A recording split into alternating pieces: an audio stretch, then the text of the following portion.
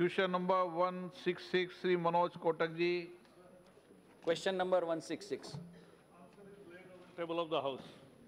1616. अध्यक्ष महोदय, मेरा जो प्रश्न है वो नेशनल कोस्टल मिशन के बारे में है, जो पर्यावरण और ग्लोबल वार्मिंग के इम्पैक्ट तटीय क्षेत्र में क्या होते हैं, उसके कारण वहाँ के लोगों का रिहेबिलिटेशन के बारे में ये सवाल था। मंत्री जी ने अपने रिप्लाई में तो बताया कि integral coastal zone management project में 1400 करोड़ रुपया खर्चा किया, लेकिन आपके उत्तर में ये लिखा गया है कि 3 राज्यों के ऊपर ये असेसमेंट स्टडी किया गया और इसका रिहेबिलिटेशन का कार्यक्रम 3 राज्य में किया गया। इस क्षेत्र में आते हैं 9 राज्य और कुछ यूनियन टेरिटरीज, जो 6100 किलोमीटर का लंबा तटीय क्षेत्र है। मंत्री जी कृपया ये बताने की आपके माध्यम से कृपा करें कि ये बाकी राज्यों के ऊपर इसका कब प्रावधान करेंगे और कैसे इसमें आगे बढ़ेंगे। मुंबई से आते हैं मनोज कोटक, तो मैं बताना चाहूँगा कि सी लेवल राइज की स्थिति क्या है। 125 साल का अध्ययन मुंबई के बारे में लगातार किया गया है और इसमें हर साल 0.7 मिलीमीटर ये सी लेवल राइज होता है, तो एकदम अनावश्यक डर पैदा करने का जरूरत नहीं, लेकिन फिर भी वहाँ जो कम्युनिटी रहती है उसका रेजिलियंस तैयार करने की ज़रूरत है। और जैसा आपने अभी पूछा, ग्रीन क्लाइमेट फंड के द्वारा 800 करोड़ की एक नई योजना हम शुरू कर रहे हैं, जो महाराष्ट्र, ओडिशा और आंध्र के it's to build climate resilience among the coastal communities, और ये हम काम कर रहे हैं। अध्यक्ष महोदय, मेरा दूसरा सप्लीमेंट्री है। उससे मैं एक ही पूछा था आपने कि लेंगे उन्होंने कहा लेंगे, खत्म बात। श्रीमती कनिमोजी जी। Sir, the minister has said that they've launched an integrated coastal zone management project in Gujarat, Orissa and West Bengal. Happy to know about that, but I would like to ask him what, like Tamil Nadu has a very large coastal area, and we are suffering to a great extent because we are suffering because of the erosion, salt water intrusion into the groundwater, and the flooding of coastal habitats. We're losing villages overnight. So what is apart from having these small groins to protect small villages, which really does not help, what long-term projects do you have, and have you done an impact study in Tamil Nadu? Thank you. We have the National Institute of Coastal Zonal Management, very good lab in Chennai itself, and I will request members also to sometime visit that institute to see how we have mapped 7,500 kilometers of coastline, including islands coastline, with 9 centimeter resolution through aerial photography of all the coast and with satellite and manually confirmed. But that's wonderful center in the university is situated, and everybody should visit because it's a great help. What we have in Tamil Nadu, for each state, there are programs, and so we are helping out all states concerned. The green infrastructure, what is good point is what we are creating. In Lakshadweep, we have created, able to create coral garden. In mangroves, in Tamil Nadu also, mangroves have grown by 500 kilometers. New plantation has happened in 1600 hectares. Coral transplantation of 1200 square meters. Shelter blade plantation 900 hectares. And we have, in Tamil Nadu, I will give specific Tamil Nadu all the schemes relating to building community resilience, and also but let me also clarify, there is no report, and that's not a fact, that villages are going down and down the sea. That is not, 1 minute, I am coming. You give me the details, I will send special team there, because in Kerala, there was the issue of Mandro Island, where I sent the scheme, and it was found out that that was not related to sea level rise, it was related to some other related issues, not sea level rise. But you send me the information, I'll send him. Shri N.K. Premchandan ji. Thank you very much, sir. Sir, this is a very important question regarding the coastal zone protection and the coastal zone management. As rightly the Honorable Minister has said that a national coastal mission has been constituted and a national action plan on climate change is there. Sir, the very important fact to be noted is the coastal erosion. See, as rightly Kanimozhi ji has just stated, I can very well cite you in my constituency in Kollam, that is fully coastal area, 2 to 3 kilometers of the coastal area have already been eroded. We can see from our naked eyes. It is nothing, any scientific evaluation, nothing, but we can very well experience from my own experience with our own eyes that the 2 to 3 kilometers have been eroded in Iravipuram, in Alapad, in Chavara, in most of the parts of my constituency is being eroded. See, my specific question to the Honorable Minister is, there is a national coastal mission plan is there, but unfortunately there is nothing to do with, to avoid this coastal erosion, there are only groins. I know that groins is also scientifically it is not good. If you put some groins in a particular area, the other side the coastal erosion will take place. This is also we are experiencing. So some research and some new device has to come.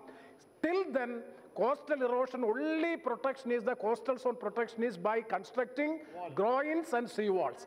But there is no fund, sir. Speaker, sir, you may kindly see, there is no fund. Till 12th Finance Commission, there was a earmark of award for coastal protection for construction of the seawall. Whether the government will earmark a special allocation, because it is the boundary of the country. Our sea is the boundary of the country. Just like we are protecting our boundary in the hilly area, whether the government will consider the sea as boundary and particular amount or a specific amount will be awarded so as to address this problem that is specific. Thank you very much, sir. Very good. Good question. The integrated coastal zone project in all the 13 coastal states. Now what we are launching in phase 2 will have budget of 5,600 crores. In that, what you have said, that all those measures where are needed because of coastal erosion, that are also included. Next. Question number 167. Shri, ये अच्छा सवाल है आपका. एक minute माननीय सदस्य, आप इस पर लिख के दें, मैं उस पर विचार करूंगा. आप लिख के दें. Thank you. Question number 167. 167. Sridhar Kotagiri. Answer is laid on the table of the House. माननीय सदस्य. Thank you, Speaker, sir. This is an issue pertaining to the entire country, and I'm sure every member here can relate to it. I see the answer. It says the ban on toxic materials, Ganesh idols immersion during Vinayak Chauthi has been put in place in 2010. It's been 9 years. I'm very sure every member here can vouch with me that there is not a single year that goes by without using toxic idols immersion into the various water bodies. I would like to request, or I would like an answer from the Minister, when it comes to environment, somehow we seem to be taking it very lightly. When it comes to national security, we don't do guidelines or awareness activities. Or when it comes to drugs, we don't do awareness activities or guidelines. But when it comes to environment, somehow the ban is not seriously implemented, and I don't know how long we can go on with this. I would like the Minister to state that if there is a ban, if we are strictly going to implement this, and I hope at least from next year onwards, none of us are going to see any toxic idols immersed into any water bodies. See, the ministry has issued guidelines, the states are acting, and more importantly, public is responding. Now there are many special tanks created by people where they immerse and they don't mix in river or sea. Second most good thing is happening is that now people are not using plaster of Paris, but mud and the soil which they use, and they create natural idols. As far as the paint is concerned, now there is a more response for green paints, and therefore we are moving in the right direction, and we are every year make campaign for awareness of people and making them appeal well in advance of the festivals.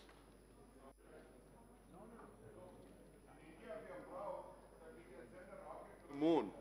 But I don't understand why our technical institutions cannot come up with a biodegradable solution where it is implemented and regulated so everybody can use a biodegradable idol which is made from local materials. You know, it's very simple, but there doesn't seem to be like seriousness with regard to, you know, this issue in the nation. Actually, there is, that is what I was told, that if you create idol out of mud, it is biodegradable. So, people are now using more and more soil and mud for creating idols, and many centers have converted. Very few people are now using plaster of Paris, and if you have some report of a place where more and more plaster of Paris is being used, please inform me. We'll definitely direct the state government concerned. Srimati Mawa Motra ji. Mr. Minister, sir, I'd like to continue on the question of the ban on toxic materials.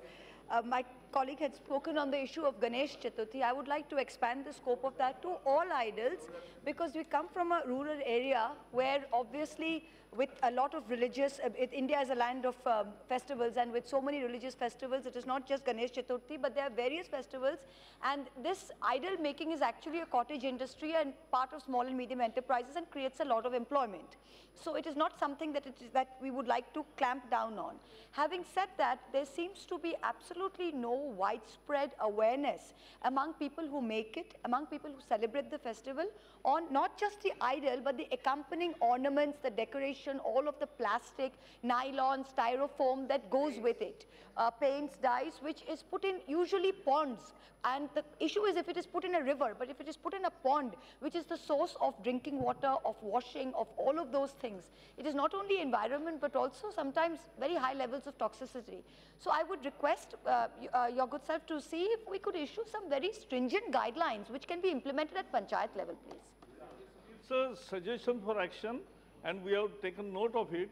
The issue is very real that now we are doing away with single-use plastic.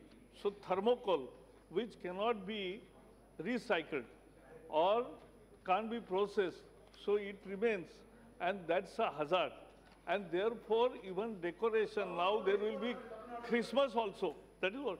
Everything is Tamil Nadu country. All India is, everything is all India. So we have already taken, we have taken measures, but I take note of this suggestion and will definitely communicate to the states further. Shri question number 168 PC Mohan.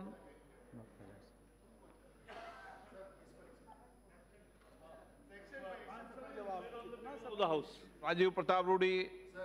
जिस दिन बाघों की संख्या बाघ खत्म हो जाएंगे, सृष्टि समाप्त हो जाएगा, और गहन अध्ययन से ये बात का जानकारी मिला है। महोदय, आज बाघों की संख्या पूरे भारतवर्ष में 2900 है, और सरकार को इसका हम बधाई देना चाहेंगे। बांदीपुर जिसकी चर्चा की गई है, वहाँ 382 बाघ है, जो दुनिया के सबसे दूसरे नंबर पर। आज से 250 वर्ष पहले भारत में अंग्रेजों ने एक पौधा लाया था जिसका नाम लैंटेना है। महोदय, ये कोटा से लेकर के रामथम्भौर से लेकर के बांदीपुर तक हर जंगल में लैंटेना आ चुका है, जो सभी घासों को नष्ट कर रहा है। उसका परिणाम हो रहा है कि जो बाकी छोटे जानवर हैं उस इलाके में नहीं आ पाते हैं, चर नहीं पाते हैं, घास मरते जा रहे हैं। और लैंटेना के कारण जब घास मरते हैं तो छोटे पशु पक्षी नहीं आते हैं, तो बाघ का जो खाने का व्यवस्था है वो कम हो रहा है, और ये पूरे भारतवर्ष में बहुत बड़ी चिंता का है। मैं सरकार से ये जानना चाहता हूँ, ये लैंटेना जो 250 वर्ष अंग्रेजों ने भारत में अपने फूल के रूप में यहाँ उपयोग किया, उसके मारने का या उसे निवारण करने का, क्योंकि सबसे बड़ा अभिशाप अगर जंगलों में आज कुछ है तो लैंटेना है। और इस प्रकार से सरकार का क्या निर्णय है कि लैंटेना को समाप्त करने के लिए, उस पर कार्रवाई करने के लिए, बाघों को बचाने के लिए सरकार क्या कर रही है? बहुत महत्वपूर्ण सवाल उठाया है, और Rajiv Pratap Rudy National Tiger Authority के भी सदस्य है सदन की तरफ से। तो हम बंदीपुर ये एक बहुत अच्छी व्यवस्था है, जहाँ चार है सत्यमंगला, बीआरटी, मधुमलाई और वायनाड, चारों एक ही वेस्टर्न घाट का कॉन्टिग्यूअस एरिया है और वहाँ 126 टाइगर्स है। लेकिन जो लंटाना का सवाल पूछा वो बहुत महत्वपूर्ण है। लंटाना का सभी जगह प्रॉब्लम है कि उसके कारण बाम्बू अगर निकल गया तो वहाँ लंटाना आया, तो इसलिए अभी 30 तारीख को परसों ही सभी देश के सभी वन मंत्रियों की दिन भर की बैठक हमने रखी है, जिसमें कैंपा के जो 40,000 करोड़ रुपए सभी राज्यों को वितरित किए गए हैं, उसके द्वारा ये लंटाना भी कैसे खत्म करे, उसके द्वारा वहाँ पानी के स्रोतों को और सुदृढ़ और मजबूत कैसा करे, और water and fodder augmentation in jungle, because that will avoid human animal conflict.